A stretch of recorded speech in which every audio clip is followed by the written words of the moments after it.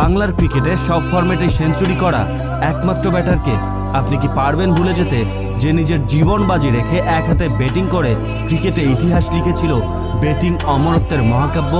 নিশ্চয়ই না। এই তামিমকে আপনি চাইলেও ভুলতে পারবেন না। যতদিন বেঁচে থাকবে বাংলার ক্রিকেট, ততদিন তামিমের বীরত্বগাথা, সব অবদান স্বর্ণাক্ষরে লেখা থাকবে এদেশের ক্রিকেট অঙ্গনে। হঠাৎ করেই দেশের ক্রিকেটে শুরু হলো কালবৈশাখী ঝড়, যে ঝড় এক মুহূর্তেই লন্ডভন্ড করে দিয়েছে টাইগার ক্রিকেটের চিত্রই। স্বপ্ন ছিল ভারত বিশ্বকাপে ইতিহাস গড়বেন লাল সবুজের প্রতিনিধি হয়ে, দলকে উপহার দিবেন বিশ্বকাপের সোনালী ট্রফি। কিন্তু চাওয়া আর পাওয়া এক হলো না। ষড়যন্ত্রের শিকারে সব স্বপ্ন যেন নিমিষেই ধূলিসাৎ হয়ে গেল চট্টলার খান সাহেবের। সে গল্প এখন সবারই জানা।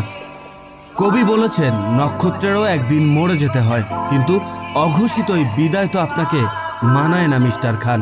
তামিম নামের কিংবদন্তিরা যে বেঁচে থাকেন কোটি ভক্তের হৃদয়ের গভীরে।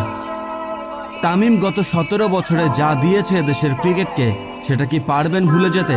এখন পর্যন্ত করেছেন দেশের ক্রিকেট ইতিহাসে সর্বোচ্চ 15,249 রান। বাংলার ক্রিকেটার কে পেরেছে পোর্ট অফ স্পেনের জহির খানকে গ্যালারিতে আশ্রা ফেলতে, বলে কয়ে ক্রিকেটের স্বর্গ লর্ডসে সেঞ্চুরি করতে? লর্ডস ও ম্যানচেস্টারে আর কে পেরেছে ব্যাক টু ব্যাক 100 হাঁকাতে? ভাঙা হাতে আর কে পেরেছে 17 কোটি মানুষের একজন হয়ে মাঠে নামতে? কিন্তু এসবই সম্ভব হয়েছে কারণ নামটা যে তামিম ইকবাল খান। বাবার স্বপ্ন পূরণের জন্য ক্রিকেট খেলা ছেলেটা লাল সবুজের জার্সি গায়ে কত শত ম্যাচ জিতিয়ে স্বপ্ন পূরণ করেছেন কোটি দর্শকদের। এত এত অর্জনের পরও কিভাবে ভুলে যাব আপনাকে প্রিয় খান সাহেব? বাংলাদেশের ক্রিকেট নামটা শুনলেই যে কোটি ভক্তের হৃদয় ভেসে উঠবে খান সাহেবের ছবিটা। কত বিনয়ী মানুষটা। 12 মিনিট 10 সেকেন্ডের ভিডিও বার্তায় বলেছেন, সবাইকে একটাই অনুরোধ করব, আমাকে মনে রাখেন, ভুলে যাইয়েন না কেউ। এর উত্তরে একটি কথা বলতেই চাই প্রিয় খান সাহেব, আপনাকে ভোলা কখনোই সম্ভব নয়। টেকনাফ থেকে তেঁতুলিয়া, হোম অফ গ্রাউন্ড থেকে লর্ডস, তামিম নামটি যেন লেখা থাকবে ক্রিকেটের পাতায় সোনালী অক্ষরে। আপনি হয়তো বিশ্বসেরাদের কেউ হতে পারেননি, আপনার হয়তো সচিনের রেকর্ড ভাঙার মতো সেঞ্চুরি জমা হয়নি, কিংবা আপনার হয়তো বিরাট কোহলি কিংবা এভি ডিভিলিয়ার্সের মতো সক্ষমতাও নেই। আপনি হয়তো চাইলেই কুমার সাঙ্গাকারা হতে পারতেন না, ক্রিস গেল কিংবা স্যার ভিভ রিচার্ডসের মতো অ্যাগ্রেসিভ হয়তো আপনি নাও হতে পারেন।